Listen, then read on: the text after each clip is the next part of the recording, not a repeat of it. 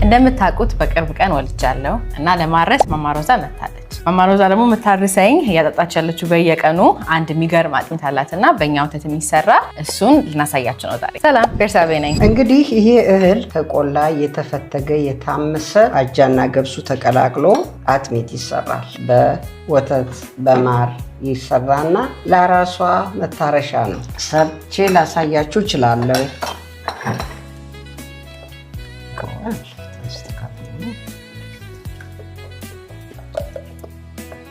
ይሄ የቤርሱዬ የላሟ ወተቶች ናቸው። ከመፍላቱ በፊት ትንሽ ቅቤ ጨምራለሁ።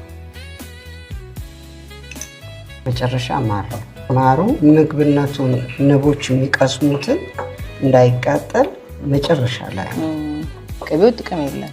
ጥቅም አለው፣ ለጣዕም አይደለም። ቅቤው ጥቅም አለው። ምክንያቱም ሆድሽ እንዳይደርቅ፣ የህፃኑ ሆድ እንዳይደርቅ፣ እህል በእህል እንዳይሆንበት በግድ ያስፈልገዋል ቅቤ።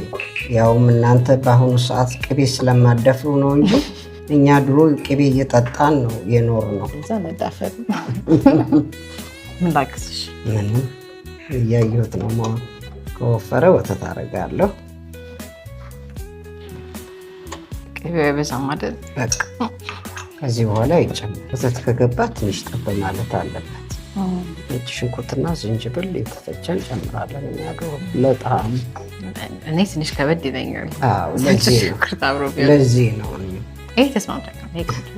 እኔ ሲያመኝ ቤቴ ስጠጣ እንደዚህ አድርጌ ነጭ ሽንኩርትና ዝንጅብል የተፈጨ ጨምሬ ነው የምጠጣው። ወዲ በቃ ይድናል በአንድ። ሞክረዋለሁ። ነጭ ሽንኩርትም አንቲባዮቲክ ስለሆነ ሀገራችን ቅመማ ቅመም በሙሉ መድኃኒቶች ናቸው።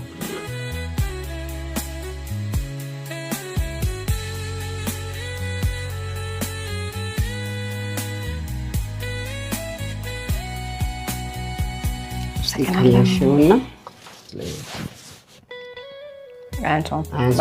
ቆንጆ ነው። የተባረከ ይሁን። አሜን። ስለዚህ እንደዚህ በጣም በቀላሉ ለአራሶች መታረስ ትችላላችሁ። የማማሮዛ ሬሲፒ ነው። ሌላ በጣም ማለት የምፈልገው በእኛም በጣም ደስ የሚል ካልቸር ነው እንደዚህ አያት መጥቶ ሲያረስና በጣም በዚህ አጋጣሚም ቴንኪው ማለት እፈልጋለሁ።